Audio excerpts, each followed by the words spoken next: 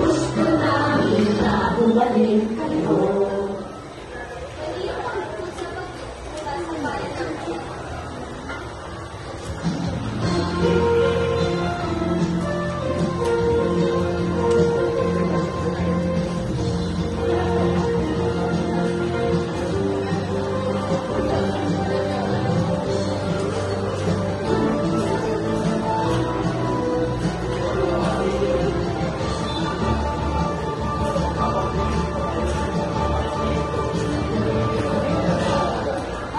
Patuloy na nakikinig sa DZRL, DCC Radyo ng Masa, DZRL, 5 Balita.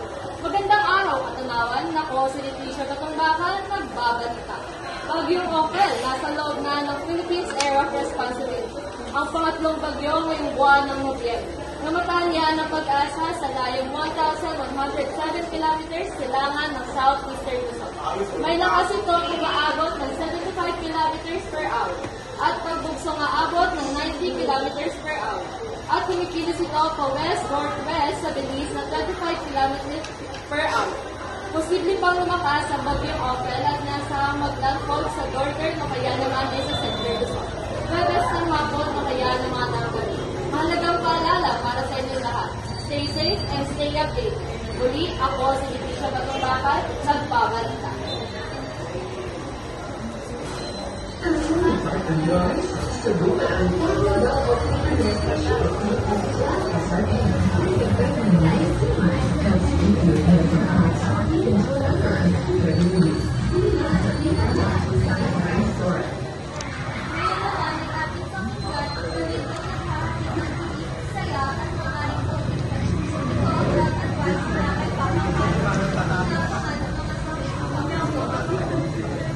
Magandang umaga muli, mga mahal ko mga anak, kasawi sa pag-ibig.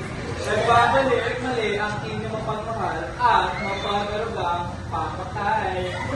May nais akong pwede sa inyo ngayon. At ito ay tungkol sa pagiging pasyente. Bayaminin siya ako na. Meron siya nagugustuhan. Mapoping, nakapagtapos, mapagmahal, matangkad, masarayos ang ugali. Ano ba may healing? O di ba, ulo? Ang problema nga lang ay kailangan mag-antay ng lang. 2 taon bago sa mga sa pag-focus sa pagkatrabaho at kailangan niya muna mag-focus para mahalin daw ng maayos. Ay!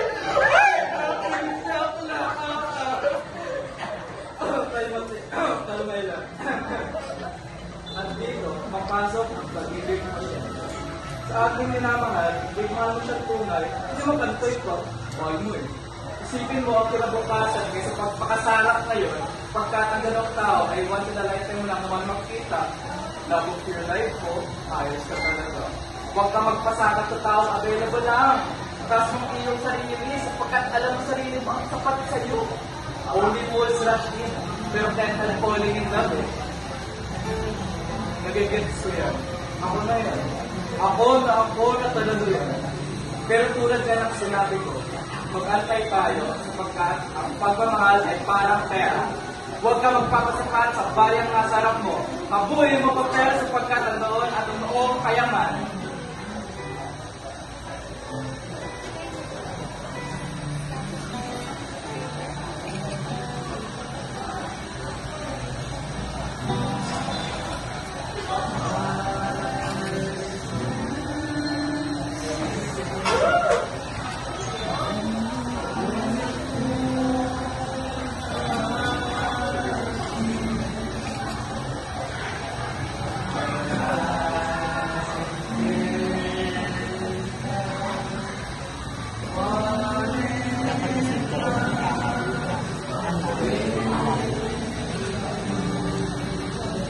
Kapapakay.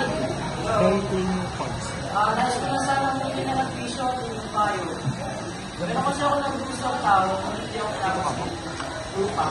Sana ito matula na ang mensahe. Maraming salamat. Gandang umaga sa ating mga scholar. Maraming salamat sa pagtawag pagkat may tiwala ka sa iyong pasangay, sa iyong sa pag-ibig.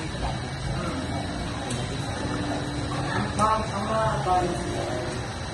Anak, Maging matapat ka. Ang mga tao ay natin sa dalawa. Pwede mapagmasid o ignorante. Minsan, kailangan mo maging direkta sa mga gusto mo. Sapagkat kapag wala aksyon, hindi wala mangyayari. Kapag tuloy-tuloy ka, na hanggang parinig lamang, pero pingin naman na yung kasama, pari mo lang naman, di ba? Kapag pingin, hindi pakita. Kapag wala, hindi parinig. Ganoon nagpasok sa informasyon sa utak ng tao. Huwag kang mapansin ng amin.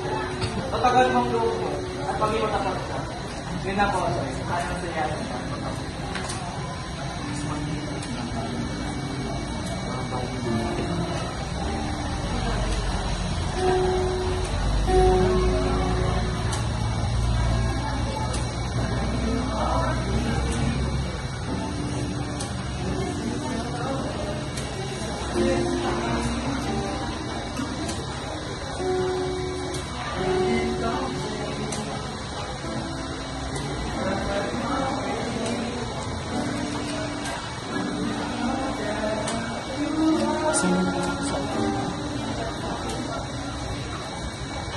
O siya, sana na muna tayo sa kwento ng Mahirap pakinggan ang mga kwento mula sa libro ng Sino kaya ang mga tao na ating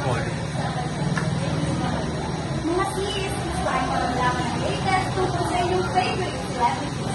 Dito sa Chika Sis, Chika number 1, Alden Victor at Catherine Bernardo. Hindi na pigilang maging emosyonal sa premiere night ang kanilang bagong movie na Slow Love Again. Dito lang araw ng Martes.